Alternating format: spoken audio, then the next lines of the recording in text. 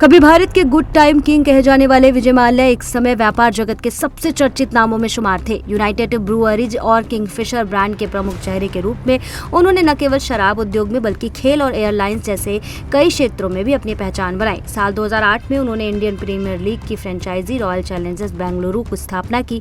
हाल ही में जब आरसीबी ने पहली बार आईपीएल ट्रॉफी जीती तो विजय माल्या ने सोशल मीडिया पर टीम को बधाई दी और उनके समर्पण की सराहना भी की। हालांकि विजय माल्या की कहानी केवल व्यापारिक सफलता तक नहीं रही बल्कि विवादों, कानूनी लड़ाइयों और अंत में पतन की भी है।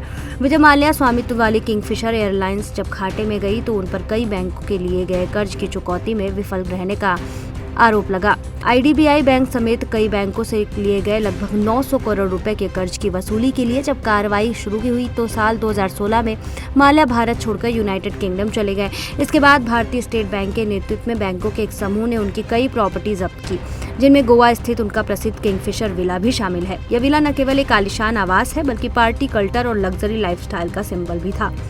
12,350 वर्ग फीट में फैली हुई इस संपत्ति को 2017 में नीलामी के जरिए बेचा गया, जिससे माल्या की कहानी का एक और अध्याय समाप्त हुआ।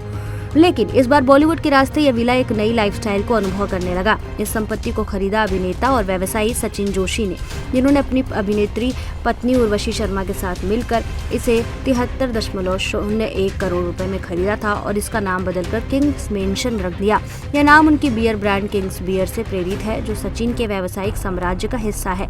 सचिन जोशी वाइकिंग वेंचर्स के मालिक, इनके पिता Jagdish Joshi JMJ group of industries के प्रमुख हैं, जो लंबे समय से शराब और रियल एस्टेट जैसे क्षेत्रों में सक्रिय हैं। सचिन जोशी ने साल 2011 में फिल्म अजान से बॉलीवुड में कदम रखा। इसके बाद उन्होंने मुंबई मिरर, जैकपॉट जैसी फिल्मों में काम किया। तेलुगु सिनेमा में भी अपनी उपस्थिति दर्ज कराई। उन्होंने जी जगाथा नेनुंदली में भी अभिनय किया, जो कि हिट फिल्म आशिकी 2 का तेलुगु रीमेक थी। अभिनय के अलावा वे विभिन्न व्यावसायिक क्षेत्रों में सक्रिय हैं। उनकी पत्नी उर्वशी शर्मा भी एक जानी मानी अभिनेत्री हैं, जिन्होंने नकाब, आक्रोश, खट्टा मीठा और चक्रधर जैसी फिल्मों में काम किया। वे खतरों के खिलाड़ी के पहले सीजन की फाइनलिस्ट भी रही हैं और अब इंडस्ट्री से दूर पारिवारिक जीवन में व्यस्त हैं। दोनों ही सितारे ग्रैंड लाइफ जीते हैं, लग्जरी से भरी हुई है।